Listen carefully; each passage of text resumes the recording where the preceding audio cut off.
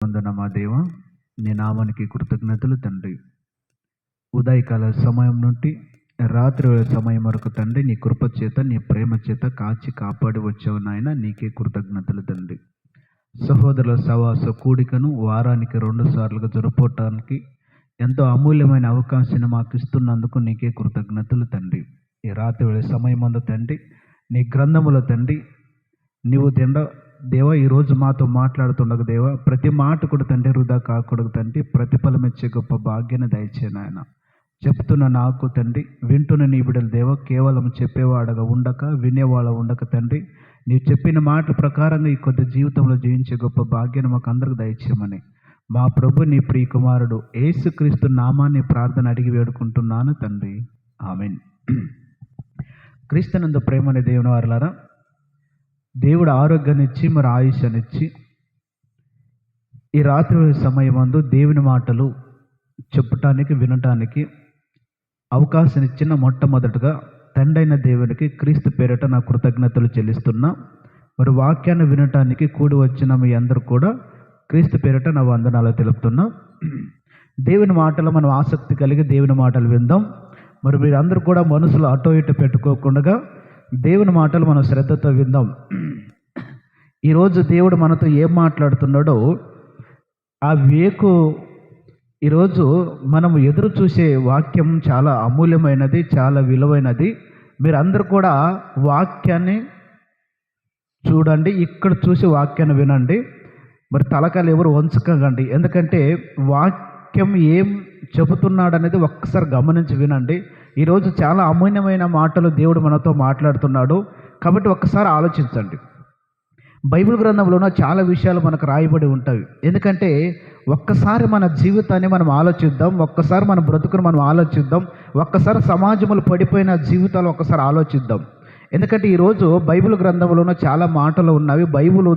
దేవుడు మనకి ఎందుకు ఆ మాటలు రాయించాడు అనేది ఒకసారి బైబిల్లో మనం చూద్దాం. ఎబ్రిల్కు రాసిన పత్రిక 10వ అధ్యాయం 24వ వచనంలో అక్కడ ఒక మాట మనకు కనపడుతుంది. ఎబ్రిల్కు రాసిన పత్రిక 10వ అధ్యాయం 24వ వచనం అక్కడ ఏమైనా రాయబడేదంటే ఒకసారి చదివితే సమాజముకు కూడుట అనేది ఒక మాట మనకు కనపడుతుంది. ఎబ్రిల్కు రాసిన పత్రిక 10వ అధ్యాయం 24వ వచనం, కొందరు మానుకునుట సమాజముగా కూడుట మానక. దేవుడు ఎందుకు ఈ మాట రాయించాడు ఒకసారి ఆలోచించండి. కొందరు సమాజముగా కూడటం మానద్దండి దేవుడు చెబితే ఈరోజు మనం ఎంతమంది మానవుతున్నాం ఒకసారి ఆలోచించండి. దేవుని ఆవేదన ఒకసారి ఈరోజు మనం వినాలి. ఎందుకంటే దేవుడు ఎందుకు ఈ మాట మనకు రాయించాడు, దేవుడు ఎందుకు పని పాట లేకుండా ఈ మాట రాయించాడా ఒకసారి ఆలోచించండి. సమాజంగా కూడటం మానద్దండి, సమాజంగా కూడటం మాట మనకు జరిగే ప్రమాదం ఏమి అని బైబిల్ ఒకసారి మనం ఆలోచిద్దాం. యోహాను రాసిన సువార్త 5వ అధ్యాయం 39వ వచనం. ఈ మాటలు కొంచెం బాధతో ఉంటాయి, మీరు ఒకసారి ఆలోచించండి. ఎందుకంటే ఈరోజు జరుగుతున్న సమస్యలు, ఈరోజు జరుగుతున్న యువత కానీ యవనస్తులు కానీ ఎందుకు పడిపోతున్నారని ఒకసారి ఆలోచిస్తే, దేవుని మాటలు మరిచి బ్రతుకుతా ఎందుకు దేవుడు సమాజంగా కూడటం మానద్దన్నాడు అని ఒకసారి మనం ఆలోచిస్తే చదవప లేఖనమునందు నిత్య జీవం ఉండదు. మీరు సమాజము కూడదని దేవుడు ఎందుకంటాడే, లేఖనములు ఎందు మీకు నిత్య జీవం ఉండదు. చదవప తలంచుతూ వాటి పరిశోధించి నేర్చుకోండి. మీరు ఎందుకు సమాజము కూడక మానద్దని అంటే, లేఖనములు ఎందు నిత్య జీవం ఉండదు. వాక్యాన్ని విని పరిశోధిస్తే మీకు పరలోకం ఉన్నది. దేవుడు ఎందుకు ఊరికనే మాట రాయించలేదు మనకి. సహోదరుల సవాస కూడుకు కానీ వారానికి 2 సార్లు కూడుకోకుండా ఎందుకు నిర్లక్ష్యం చేస్తున్నామంటే, సమాజం కూడటం మానద్దండి. ఎందుకు మానకూడదంటే, లేఖనములు ఎందు నిత్య జీవం ఉన్నది. వాక్యం వినే ప్రతి ఒక్కరికి వాక్యం ఎందుకు వినాలంటే నిత్య జీవం ఉన్నది. ఇంకో మాట కూడా మనకు బైబిల్లో రాయబడింది. ఎఫెసీయులకు రాసిన పత్రిక 5వ అధ్యాయం 27వ వచనం. ఎఫెసీయులకు రాసిన పత్రిక 5వ అధ్యాయం 27వ వచనంలో ఒక మాట మనకు కనపడుతుంది. చదువు త్వరగా. ఎఫెసీయులకు రాసిన పత్రిక 5వ అధ్యాయం 27వ వచనం. అది కలంకమైనను ముడతైనను లేక నిర్దోషమైనది గాను సంగమగాను ఆయన నిలబెట్టుకొనవలనని వాక్యముతో ఉతక స్నానము చేస్తున్నాడు దేవుడు. ఎందుకు మీరు సమాజము కూడాలంటే ఫస్ట్ది ఒకటి, ఎందుకు సమాజము కూడాలంటే లేఖనములు ఎందు నిత్య జీవం ఉండదు. ఎందుకు నిత్య జీవం ఉండదంటే వాక్యముతో ఉతక స్నానం చేయబడాలంట మనము. అంటే రోజు రోజుగా మనం ఇల్లు ఎట్లయితే ఉడుచుకుంటున్నామో, రోజు మన బట్టలు ఎలాంటి ఉతుకుతున్నామో, అలాగే మన జీవితం అనేది వాక్యం ద్వారా ఉతక స్నానం చేయాలట. అందుకే సమాజం కూడా మానద్దండని దేవుడు ఆవేదనతో చెప్తున్నాడు ఈ మాటలు. ఒక్కసారి ఆలోచించండి. ఎవరైనా క్లాసు రాకుండా, చర్చకు రాకుండా ఎవరైనా ఉంటే ఒక్కసారి ఈ చెప్పబడిన వాక్యాన్ని ఒకసారి ఆలోచించండి. దేవుడు ఊరికనే రాయించలేదు ఈ మాట. సమాజంగా ఖచ్చితంగా మనం కూడాలి. లేఖనములందు విని పరిశోధిస్తే నిత్య జీవం ఉండదు. ఆ నిత్య జీవం పొందాలంటే వాక్యంతో మనం ఉతక స్నానం చేయబడాలంట. కాబట్టి ఈ మాటలు మర్చిపోవద్దు. ఇప్పుడు మన అంశంలోనికి వస్తాం. ఇవంతా కూడా ఆవేదనతో పలికిన మాటలు కాబట్టి ఇప్పుడు అంశంలోనికి వస్తాం. ఈరోజు మన అంశం పేరు ఏమంటే, ఇప్పుడు వరకు నేను మాట్లాడినంత అంశానికి సంబంధించిన కాదు. ఎందుకంటే మనం హెచ్చరిక గురించి నేను మాట్లాడాను. మన హెచ్చరిక మన జీవితాలను, మన నిర్లక్ష్యతనం గురించి, మనము ఆలస్యం చేస్తున్న విషయం గురించి దేవుడు మాట్లాడిన ఒక వాక్యాలు హెచ్చరించాను. ఇప్పుడు బైబిల్ గ్రంథంలోనే మన పాట గురించి మనం ఆలోచిద్దాం. ఈరోజు మన పాఠం ఏమంటే, క్రీస్తు పనిలో ప్రయాణం అనే గ్రూప్ ద్వారా ఈరోజు మన పాఠం ఏమి, నీ పాత్రలో ఉన్నది ఏది. అంటే మనకొక పాత్ర ఉందంట. మన పాత్ర అంటే ఏమి, ఆ పాత్రలు ఏమున్నది అని ఒక్కసారి బైబిల్లో మనం ఆలోచిద్దాం. నీ పాత్ర అంటే ఏమి అంటే, పాత్ర తెలిస్తేనే కదా అందులో ఏమున్నవి ఏమి లేదని మనకు తెలిసిపోతుంది. అసలు పాత్ర అంటే ఏమని బైబిల్ గ్రంథంలో ఒకసారి మనం చూద్దాం. కీర్తన గ్రంథము 116వ అధ్యాయం 13వ వచనం. కీర్తన గ్రంథం 116వ అధ్యాయం 13వ వచనం. త్వరగా చదవండి, సమయం తక్కువ. కీర్తన గ్రంథం 116వ అధ్యాయం 13వ వచనం. రక్షణ పాత్రను చేతపుచ్చుకొని. ఇదంతా కూడా కీర్తన గ్రంథం రాయబడిన సంఘటన వేరు. శ్రమలు కానీ ఇంకా ముందుకు మనం అదలకు చదివితే ఐగుప్తులో విడిచింది కానీ వాళ్ళ విషయాలు మనకు కనపడుతుండవు. కానీ అక్కడ మాట్లాడుతున్న దావీదు గారు మాట్లాడుతున్న బాధల నుండి రక్షణలోనికి వచ్చిన విషయం అక్కడ కనపడుతుంది. ఇప్పుడు మనము రక్షణ పాత్రను పుచ్చుకున్న క్రైస్తవుల్లో మనం కానీ పాపములు ఉన్న ఒక గోయితులు పడిపోయిన మనము రక్షణలోనికి వచ్చామా లేదా? ఒక రక్షణ పాత్ర అనేది మనం పుచ్చుకున్నామా లేదా? పుచ్చుకున్నామా? రక్షణ పాత్ర అంటే ఏమంటే, ఎప్పుడైతే మనం మారుమనసు పొంది బాప్తిసం పొందుతామో రక్షణ పాత్రలోనికి మనం వస్తాం. ఈ రక్షణ పాత్రలోనే ఏమున్నావు అనేది ఈరోజు మనం ఆలోచిద్దాం. అందుకే మన టైటిల్ పేరు ఏమి, నీ పాత్రలో ఉన్నదేది. అంటే రక్షణ పాత్రలు బాప్తిసం పొందిన తర్వాత మన జీవితాల్లో ఏమున్నావో ఒకసారి పరిశీలిద్దాం. రక్షణ పాత్ర అనగానే మన మారుమనసు పొందిన తర్వాత మన జీవితంలో ఏమున్నవి, నీ పాత్రలో ఉన్నది ఏది అంటే మన రక్షణ పాత్రలో ఉన్నది ఏమున్నావని ఒకసారి బైబిల్ మనం పరిశీలిస్తే, తిమ్మోతికి రాసిన 2వ పత్రిక, అపోస్తలుడైన పౌలు తిమ్మోతికి రాసిన 2వ పత్రిక 2వ అధ్యాయం 20వ వచనం. తిమ్మోతికి రాసిన 2వ పత్రిక 2వ అధ్యాయం 20వ వచనం. గొప్ప ఇంటిలో ఏముంటావంట? బంగారపు పాత్రలను, కర్ర పాత్రలను, మట్టి పాత్రలను కూడా ఉండను. చాలు. ఇక్కడ పెద్దవాళ్ళ ఇంటిలో ఏముంటావంట? ఎండి పాత్రలు ఉంటాయి, బంగార పాత్రలు ఉంటాయి, కర్ర పాత్రలు ఉంటాయి, మట్టి పాత్రలు ఉంటాయి. 4 పాత్రలు మనకు కనపడతావు అక్కడ. ఆ 4 పాత్రలు ఏముంటావంటే పాత్రకు సంబంధించిన వస్తువులు అందులో ఉంటాయి. నెక్స్ట్ కిందకోదు. మాత్రమే గాక కర్రవి, వాటిలో గన్న ఘనతకును కొన్ని ఘనతీనకును, అంటే వస్తువులను కొన్ని మంచి ఒకటికి పని చేస్తామట, కొన్ని పనికిరాని ఒకటి కూడా వస్తూ ఉంటాయి. నెక్స్ట్ కిందకే. ఎవడైనాను వీటిలో చేరక, అంటే ఎవడైనా వీటిలో చేరక అంటే ఏటిలో చేరక, ఎవడైనా వీటిలో చేరకన్న మాట ఉండదు కదా. ఎవరు అనుకుంటే అక్కడ మనం ఆలోచిస్తే సరిగ్గా మనకు అర్థం కాదు, కానీ కన్నడ బైబిల్ అని చదివితే మనకు బాగా అర్థమవుతుంది. ఎవడైనా వీటిలో చేరక అనేది ఒక్కసారి మనం ఆలోచిస్తే కన్నడ బైబిల్లోనే ఆ వచనం చూడండి. కన్నడ బైబిల్లో 21వ వచనం. ఎవడైనా వీటిలో చేరక అన్న మాటకి కన్నడ బైబిల్లోనే మనకు బాగా అర్థమవుతుంది. వీటిలో చేరక అంటే దేంట్లో చేరకూడదు మనము అనేది ఒకసారి ఆలోచిస్తే చదువు. కన్నడలో 21వ వచనం. ఒబ్బను 21వ వచనం వస్తున్నావా? 21వ వచనం చదవండి. గట్టిగోదు.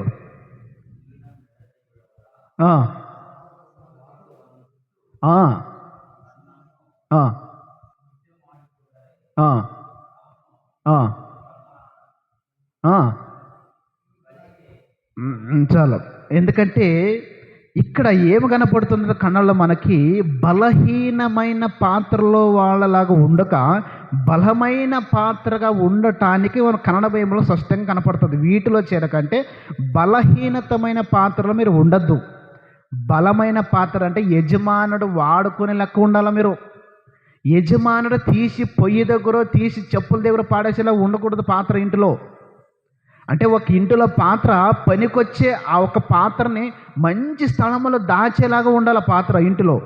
కానీ ఒక పొయ్యి దగ్గర కానీ మన చెప్పుల దగ్గర పాడేసే పాత్ర కాకూడదు అని. ఇది ఆత్మీయంగా సంబంధమైన విషయాలు ఇవి. ఎప్పుడైతే దేవుని పనిలో రక్షణ పాత్ర మనకు వచ్చిన తర్వాత ఈ రక్షణ పాత్ర దేవుడు వాడుకునేలాగా ఉన్నదనా లేదా ఒకసారి ఆలోచించాలి. ఇంటి యజమానుడు ఒక పాత్రను ఎలాగో వాడుకుంటాడో అదే పాత్ర ఇది పనికిరాదని ఎలా పాడేస్తాడు? అలాగే దేవుడైన యజమానుడు కూడా ఈ రక్షణ పాత్రలోనికి మనం వచ్చినప్పుడు దేవుడు వాడుకునేవి ఏమైనా మనం ఉన్నావా? మనలో దేవుడు కూడా మన పాత్రలు ఏమైనా పాడేస్తాడా అని ఒక్కసారి బైబిల్ గ్రంథంలో మనం చూద్దాం. బైబిల్ గ్రంథంలో మనం ఒకసారి చూద్దాం. మీకా రాసిన గ్రంథము 6వ అధ్యాయం 8వ వచనం. మన పాత్రలో ఏముండాలి, మన దేవుడు మనలో వాడుకునాలంటే మన పాత్రలో ఏముండాలి అని ఒక్కసారి బైబిల్లో మనం పరిశీలిస్తే, ఇంటి యజమానుడే ఒక పాత్రను పాడేస్తున్నప్పుడు మరి ఇక్కడ సృష్టిని కలిగించిన దేవుడు ఈ రక్షణ పాత్రలో ఏముండాలి అనేది ఒకసారి ఆలోచిస్తే, మీకా గ్రంథము 6వ అధ్యాయం 8వ వచనం. మీకా గ్రంథము 6వ అధ్యాయం 8వ వచనం. మనుషుడా, ఏది ఉత్తమమో అది నీకు తెలియజేయబడి ఉన్నది. మనుషునికి దేవుడు చెప్పేసాడంటే ఆల్రెడీ. ఏమని చెప్పేసాడంటే, ఏమి ఉత్తమమో అది నీకు తెలియబడి ఉన్నది. నెక్స్ట్, మన రక్షణ పాత్రలోన మన రక్షణ గిన్నెలోన ఏముండాలంట? మన హృదయంలోన రక్షణ పొందిన తర్వాత మనలో ఏముండాలంట? న్యాయం ఉండాలంట. అందుకే మన టైటిల్ నీ పాత్రలో ఉన్నది ఏది అని పెట్టాం. కానీ ఏముండాలంట? న్యాయం ఉండాలంట. నెక్స్ట్, కనికరము ఉండాలంట. మన పాత్రలో ఏముండాలంట? 1 న్యాయం ఉండాలంట, 2 కనికరం ఉండాలంట, 3 ప్రేమ. మనం రక్షణ పొందిన తర్వాత ప్రేమ లేకపోతే రక్షణ వ్యర్థమైపోతుంది. నెక్స్ట్ 4 దీన మనస్సు. అంటే దీన మనస్సు అంటే తగ్గింపు మనస్సు. హెచ్చింపు అనేది ఉండకూడదు. దీన మనసు కలిగి ఉండాలి. ఎప్పుడైనా హెచ్చింపు అనేది ఉండకూడదు. నెక్స్ట్, ఈ రక్షణ పాత్రలోనిది ఉండాలి మన దగ్గర. 1 ఏముండాలి? ఫస్ట్ న్యాయం ఉండాలి. అన్యాయంగా ఎప్పుడు నడవకూడదు. ఈ రక్షణ పాత్రలో మనము న్యాయంగా నడవాలి. న్యాయంగా నడిస్తేనే దేవుడు మనల్ని ఎన్నుకుంటాడు. నెక్స్ట్, రెండోది కనికరం ఉండాలి. ఎదుటివాడిని చూసి మనం కనికరం పడ్డాలి, కానీ ఎదుటివాడిని చూసి నాశనం కోరుకుని ఒక పాత్రలో ఈ ఒక లక్షణం మనలో ఉండకూడదు. నెక్స్ట్ 3 ప్రేమ. ఈ ప్రేమ లేకపోతే మనం రక్షణ పొందిన కూడా వ్యర్థమే. లాస్ట్ దీన మనసు. ఈ 4 అనేవి దేంట్లో ఉండాలంట? మన పాత్రలో ఉండాలి. నీ పాత్రలో ఉన్నది ఏది? ఇవి ఉండవునా? రక్షణ పొందిన తర్వాత ఈ ఒక 4 లక్షణాలు మనలో ఉన్నావునా? ఒకసారి ఆలోచించండి. ఇవి ఉన్నావునా? నెక్స్ట్ ఒకరు చూపిస్తాం. అవి ఉన్నావునా? ఒకసారి మనం పరిశీలిస్తాం. అది తిమోతికి రాసిన 2వ పత్రిక. తిమోతికి రాసిన 2వ పత్రిక 2వ అధ్యాయం 14వ వచనం. తిమోతి రాసిన 2వ పత్రిక 2వ అధ్యాయం 14వ వచనం చదవపా. బాగా చదువు. ఇక్కడ ఏముండదంటే, వినువారిని చెరుపుటకి కానీ మరి దేనికి పనికిరాని మాటల గురించి ఈ పాత్రలు కొంతమంది రక్షణ పొందిన తర్వాత కొద్దిమంది దేంట్లో ఉంటారంటే వినివారిని చెరుపుట్టుకే ఉంటారంట. వినువారిని చెరుపుట్టుకే కానీ మరి దేనికి పనికిరాని మాటల గురించి వాదములు పెట్టుకోవద్దు. పనికొచ్చే మాటలు కూడా మాట్లాడరంట కొంతమంది. పనికిరాని మాటలకు వాదన పెట్టుకోవద్దు. చదవబా. ప్రభు ఎదుట వారికి సాక్ష్యం ఇచ్చుతూ ఈ సంగతులు వారికి జ్ఞాపకం చెయ్యమో, దేవుని ఎదుట యోగ్యునిగాను సిగ్గపడిన అక్కరలేని పనివానిగాను సత్యవాక్యం సరిగా ఉపదేశించువానిగాను నిన్ను నీవే దేవునికి కనపరుచుకున్నటకు జాగ్రత్త పడము. అంటే పనికిరాని మాటలు ఎవరితో మాట్లాడద్దు. పనికొచ్చే మాటలు అంటే సత్యమైన వాక్యాన్ని నీవు ప్రకటించాలా. అంటే నీ పాత్రలో ఉన్నది ఏది అనేది ఒకటి ఫస్ట్ చూసాం మనము, ఇది రెండో చూస్తున్నాము. పనికిరాని మాటలు లేకుండా పనికొచ్చే మాటలు పలకాలి. నెక్స్ట్ దేవుని ఎదుట యోగ్యునిగాను సిగ్గుపడిన అక్కరలేని పనివానిగాను సత్యవాక్యమును సరిగా ఉపదేశించువానిగాను నిన్ను నీవే దేవుని కనపరుచుకును కూడా జాగ్రత్త పడము. 16వ వచనం. అపవిత్రమైన వట్టి మాటలకు విముఖుడవై ఉండు. అపవిత్రమైన మాటలకు నీవు లొంగద్దు. రక్షణ పాత్రలో ఉన్న మనము అపవిత్ర మాటకి వంగద్దు. అట్టి మాట్లాడేవారు మరీ ఎక్కువగా భక్తిహీనులగుదురు. అంటే వట్టి మాటలు కానీ పనికిరానే మాటలు కానీ, క్లాసుకు వచ్చేది పనికిరానే మాటలు ఆడుకుంటా, చర్చకు రాకుండా పనికిరానే మాటలు ఆడుకుంటా ఉంటే ఎక్కువ ఏమైపోతాడంట? భక్తిహీనుడు అయిపోతాడంట. అదే మందిరానికి వచ్చి దేవుని మాటలని, దేవుని వాక్యం నేర్చుకుని దేవుని మనసును తెలుసుకుంటే భక్తిమంతులు అవుతారు. కాబట్టి నెక్స్ట్ ముందుకో. కొరుపు పుండు పాకినట్లు వారి మాటలు ప్రాకును. చెడిపే వారిని మాటలు ఎట్లుంటవి? మంచిగా బ్రతికే వారిని గురించి ఎదుటి వ్యక్తిని వానికి కొల్లు పెట్టే మాటలు ఎట్లుంటవి? కరుపు పుండు ప్రాకినట్లు కురుపు పుండు ఉంటుంది కదా, ఆ కురుపు పుండు ఎట్లయితే ప్రాకుతుందో అలాగే పనికిరాని వాళ్ళ మాటలు ఉంటావంట. నెక్స్ట్ వారిలో ఉహమయు ఫిలేతును ఉన్నారు. అందులో ఒక 2 మనుషులు ఉన్నారంట నాశనం చేసేవాళ్ళు. ఆ 2 మనుషులు ఎవరెవరంట? హుమయు ఫిలేతు ఉన్నారు. వారు పునరుత్థానము గతించినని చెప్పుచు సత్యము విషయము తప్పిపోయిన కొందరిని వాళ్ళు పునరుత్థానం గతించేదంటారంట. సత్యవాక్యము తప్పిస్తారంట వాళ్ళు. సత్యవాక్యం తప్పించి పునరుత్థానం గతించేదని చెప్పి సత్య విషయమున తప్పిపోయిన కొందరిని విశ్వాసములు చెరుపుచున్నారు. ఆయనను దేవుని యొక్క స్థిరమైన బునాది నిలకడగా ఉన్నది. కొంతమందిని తప్పిస్తారంట వాళ్ళు, సత్యమైన మాటలను తప్పిస్తారట. ఇప్పుడు ఆలోచించండి, మనం ఏముండాలంటే ఈ పాత్రలో ఏముండాలంటే, నీ పాత్రలో ఉన్నది ఏదంటే ఫస్ట్ ఏముండాలంట? న్యాయం, రెండోది కనికరం, మూడోది ప్రేమ, నాలుగోది దీన మనస్సు. ఇక్కడ ఏం చూసాం మనము? పనికిరాని మాటలు, మందిరానికి వచ్చే వాళ్ళని చెడిపోవాళ్ళు, అక్కడేం పట్టవు, వాడేం సరిగుండానా ఈడేం సరిగుండానా అనే పనికిరాని మాటలు ఆడేవాళ్ళు చాలామంది ఉంటారు. కానీ దేవుని పట్ల వెదిగే వాళ్ళని నాశనం చేసే వాళ్ళు కూడా ఉంటారు. అంటే రక్షణ పాత్రలోనికి వచ్చిన వాళ్ళే కొంతమంది, రక్షణ బాప్తిసం పొందిన వాళ్ళే కొంతమంది ఏమంటారంటే మంచిగా బ్రతికే వాళ్ళని చూసి వాందేం చెప్తావు వీందేం చెప్తావు పనికిరాని మాటలు ఆడి విశ్వాసులను ఏం చేస్తారంట? తొలగిస్తారంట. ఈ రక్షణ పాత్ర వాడు కూడా బాప్తిసం పొందిన వ్యక్తే. ఎందుకు ఇలా మాట్లాడతాడంటే ఆ రక్షణ పాత్రలో వాడు కాదు, దేవుడు కాదు, అందులో ఉన్నది ఎవరు? అపవాది సంబంధులు. కాబట్టి ఒకసారి ఆలోచించండి, రక్షణ పాత్రలో ఉన్న మనము ప్రేమ కలిగి ఉండాలంట, దీన మనసు కలిగి ఉండాలంట, కనికరమ కలిగి ఉండాలంట, న్యాయం కలిగి ఉండాలి. ఈ పాత్రలోన వీటిలో మనం ఉంటేనే దేవుని ఎదుట దేవుని లోకానికి వెళ్ళటానికి మనకి అవకాశం ఉంటుంది. ఇంకా ఒక మాట చూసి నేను ముగిస్తాను. ఇంకా ఒక మాట అపోస్తల కార్యములో 5వ అధ్యాయం 41వ వచనం ఒక మాట కనపడుతుంది. రక్షణ పాత్రలో ఉన్న మనము ఎట్లా నిలబడాలి, ఈ రక్షణ పాత్రలో ఉన్న మనము ఎలా జీవించాలి అనేది ఒక్కసారి అక్కడ మనం చదివితే ఆ మాట మనకు కనపడుతుంది. చదువు. అపోస్తల కార్యములు 5వ అధ్యాయం 41వ వచనం. ఆ నామం బట్టి